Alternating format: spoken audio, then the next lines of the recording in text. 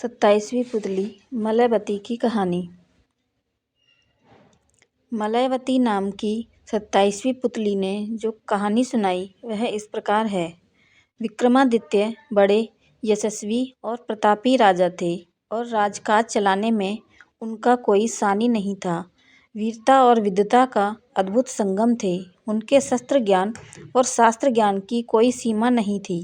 वे राजकाज से बचा समय अक्सर शास्त्रों के अध्ययन में लगाते थे और इसी ध्येय से उन्होंने राजमहल के एक हिस्से में विशाल पुस्तकालय बनवा रखा था।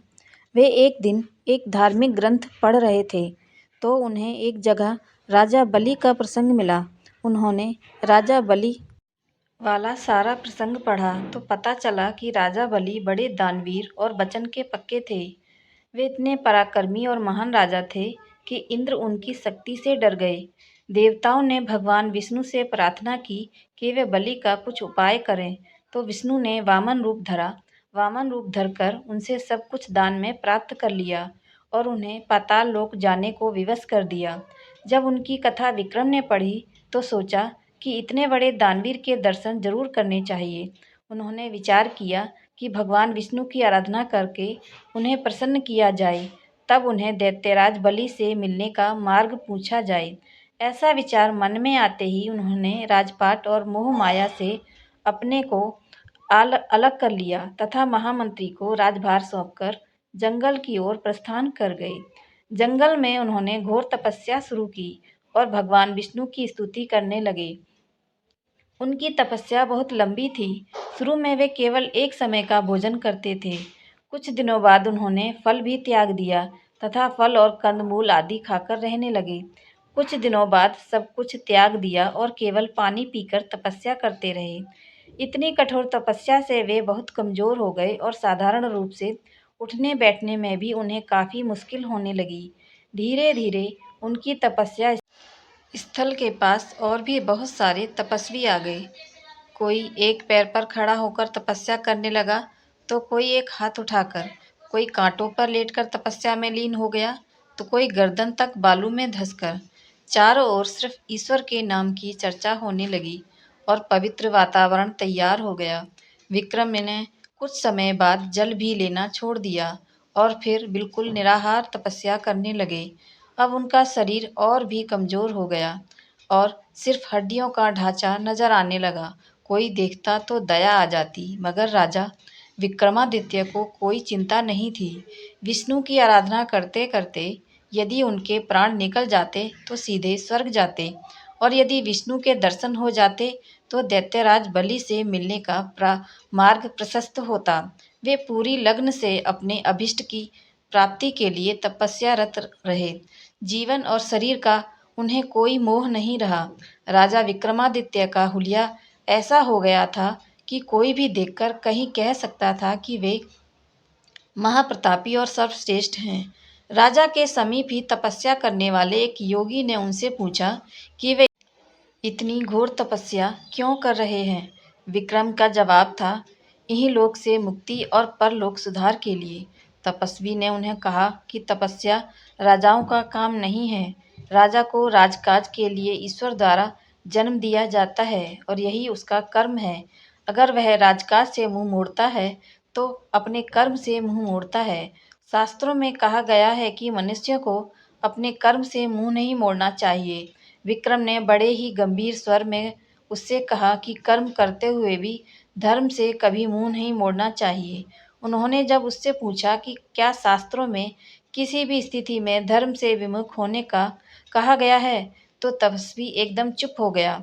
उनके तर्कपूर्ण उत्तर ने उसे आगे कुछ पूछने लायक नहीं छोड़ा। राजा ने अपनी तपस्या जारी रखी। अत्यधिक निर्बलता के कारण एक दिन राजा बेहोश हो गए और काफी देर के बाद होश में आए।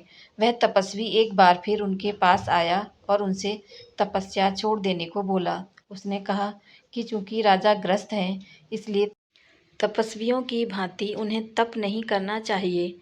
गृहस्थ को एक सीमा के भीतर ही रहकर तपस्या करनी चाहिए।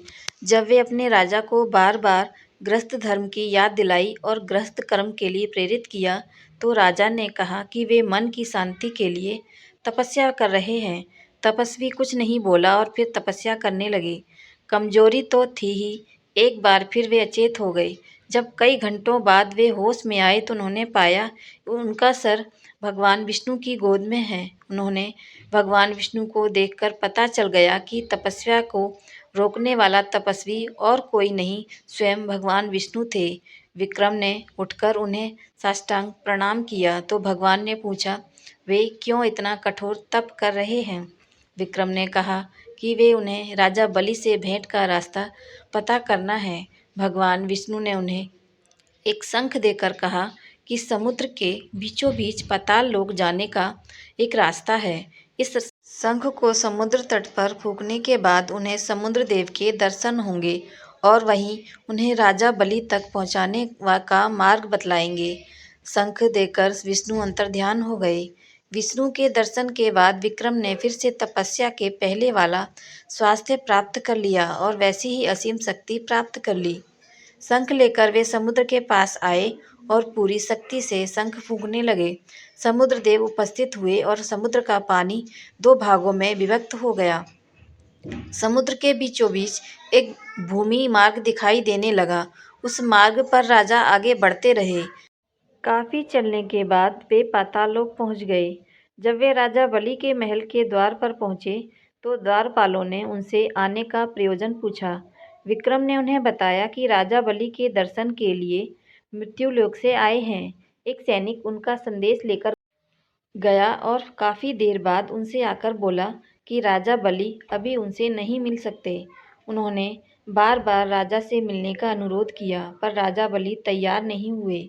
राजा ने खिन्न और हताश होकर अपनी तलवार से अपना सिर काट लिया। जब प्रहरियों ने यह खबर राजा बलि को दी तो उन्होंने अमृत डलवाकर विक्रम को जीवित कर दिया। जीवित होते ही विक्रम ने फिर राजा बलि के दर्शन की इच्छा जताई। इस बार प्रहरी संदेश लेकर लौटा कि राजा बलि उनसे महाशिवरात्रि के दिन मिलेंगे। विक्रम को लगा कि बलि ने सिर्फ टालने के लिए यह संदेश भिजवाया है। उनके दिल पर चोट लगी और उन्होंने फिर तलवार से अपनी गर्दन काट ली। प्रहरियों में खलबली मच गई और उन्होंने राजा बलि तक विक्रम के बलिदान की खबर पहुंचाई। राजा बलि समझ गए कि वह व्यक्ति दृढ़ निश्चयी है और बिना भेंट किए जाने वाला नहीं है।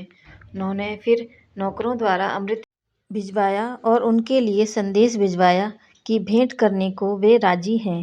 नौकरों ने अमृत छिड़ककर उन्हें जीवित किया तथा महल में चलकर बलि से भेंट करने को कहा। जब वे राजा बलि से मिले तो राजा बलि ने इतना कष्ट उठाकर आने का कारण पूछा। विक्रम ने कहा कि धार्मिक ग्रंथों में उनके बारे में बहुत कुछ वर्णित है तथा उनकी दानवीरता और त्याग की चर्चा सर्वत्र होती है, इसलिए वे उनसे मिलने को उत्सुक थे। राजा बलि उनसे बहुत प्रसन्न हुए तथा विक्रम को एक लाल मूंगा उपहार में दिया और बोले कि वह मूंगा मांगने पर हर वस्तु दे सकता है। मूंगे के बल पर असंभव कार्य भी संभव हो सकते हैं। विक्रम राजा बलि से विदा लेकर प्रसन्नचित्त होकर मृत्युलोक की ओर लौट चले। पाताल लोक के प्रवेश द्वार के बाहर फिर वही अनंत गहराई वाला समुद्र बह रहा था। उन्होंने भगवान विष्णु का दिया हुआ शंख फूंका तो समुद्र फिर से दो भागों में बंट गया और उसके बीचों बीच वही भूमि वाला मार्ग प्रकट हो गया। उस भूमि मार्ग पर चलकर वे समुद्र तट पर पहुंच गए। वह मार्ग गायब हो गया तथा समुद्र फिर पूर्ववत होकर बहने लगा। वे अपने राज्य की ओर चल पड़े। रास्ते में उन्हें एक स्त्री विलाप करती मिली। उसके बाल बिखरे हुए थे और चेहरे पर गहरे विषाद के भाव थे। पास आने पर पता चला कि उसके पति की मृत्यु हो गई है और वह बिल्कुल बेसहारा है। विक्रम का दिल उसके दुख को देखकर पसीज गया तथा उन्होंने उसे सांत्वना देते हुए बलि वाले मूंगे से उसके लिए जीवन दान मांगा। उसका बोलना था कि उस विधवा का मृत पति ऐसे उठकर बैठ गया मानो गहरी नींद में से जागा हो। स्त्री के आनंद की सीमा ना रही। मेरी ये कहानी आपको कैसी लगी मुझे कमेंट करके ज़रूर बताएं और मेरे चैनल को लाइक शेयर सब्सक्राइब ज़रूर करें। धन्यवाद।